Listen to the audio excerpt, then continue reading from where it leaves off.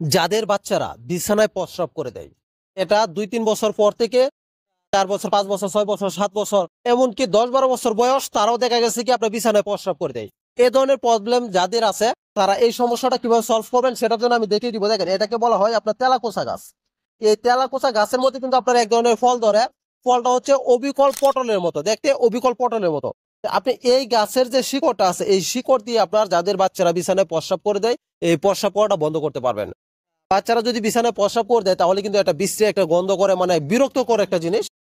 প্রতিদিন আপনার কাপড় ধুইতে হয়, খেতা ধুইতে হয় বা কম্বল ধুইতে হয়, প্রতিদিন এই কাজটা করতে হয়। তো এটা যেন না করতে হয়, আপনার 10-12 বছর বয়স পর্যন্ত বয়স যাদের, তারাও যদি এটা ইউজ করে তাহলে তাদের প্রস্রাবটা বন্ধ হয়ে যাবে। তারা অতিরিক্ত প্রস্রাব করে এটা বন্ধ হয়ে যাবে। তা আপনার খাওয়ার নিয়মটা হচ্ছে কি, এই যে তেলাকোষার গাছ, এটা আমাদের অত্র এলাকাতে বলা হয় আপনার তেলাকোষা গাছ নামে এটাকে চেনা হয়।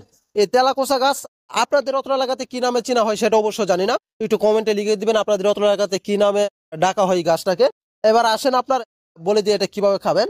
এই গাছের শিকড়ের রস নেবেন আপনার 2 তুলা পরিমাণ, অর্থাৎ 2 তুলা কতটুকু, 11.60 গ্রাম পরিমাণ হচ্ছে 1 তুলা। তা আপনি 23 গ্রাম পরিমাণ নেবেন। 23 গ্রাম পরিমাণ রসের মধ্যে আপনি 1 চামচ চিনি দিবেন, দিয়ে আপনি প্রতিদিন সকালবেলা একবার খাওয়াবেন, রাতে একবার খাওয়াবেন। দৈনিক যদি 2 বার খাওয়াতে পারেন, সর্বোচ্চ 7 দিন, 7 দিন খাওয়ালে আপনার বিছানাতে যে প্রস্রাব করার যে অভ্যাসটা, এটা সম্পূর্ণ ক্লিয়ার হয়ে যাবে, অর্থাৎ সম্পূর্ণ বন্ধ হয়ে যাবে ইনশাআল্লাহ।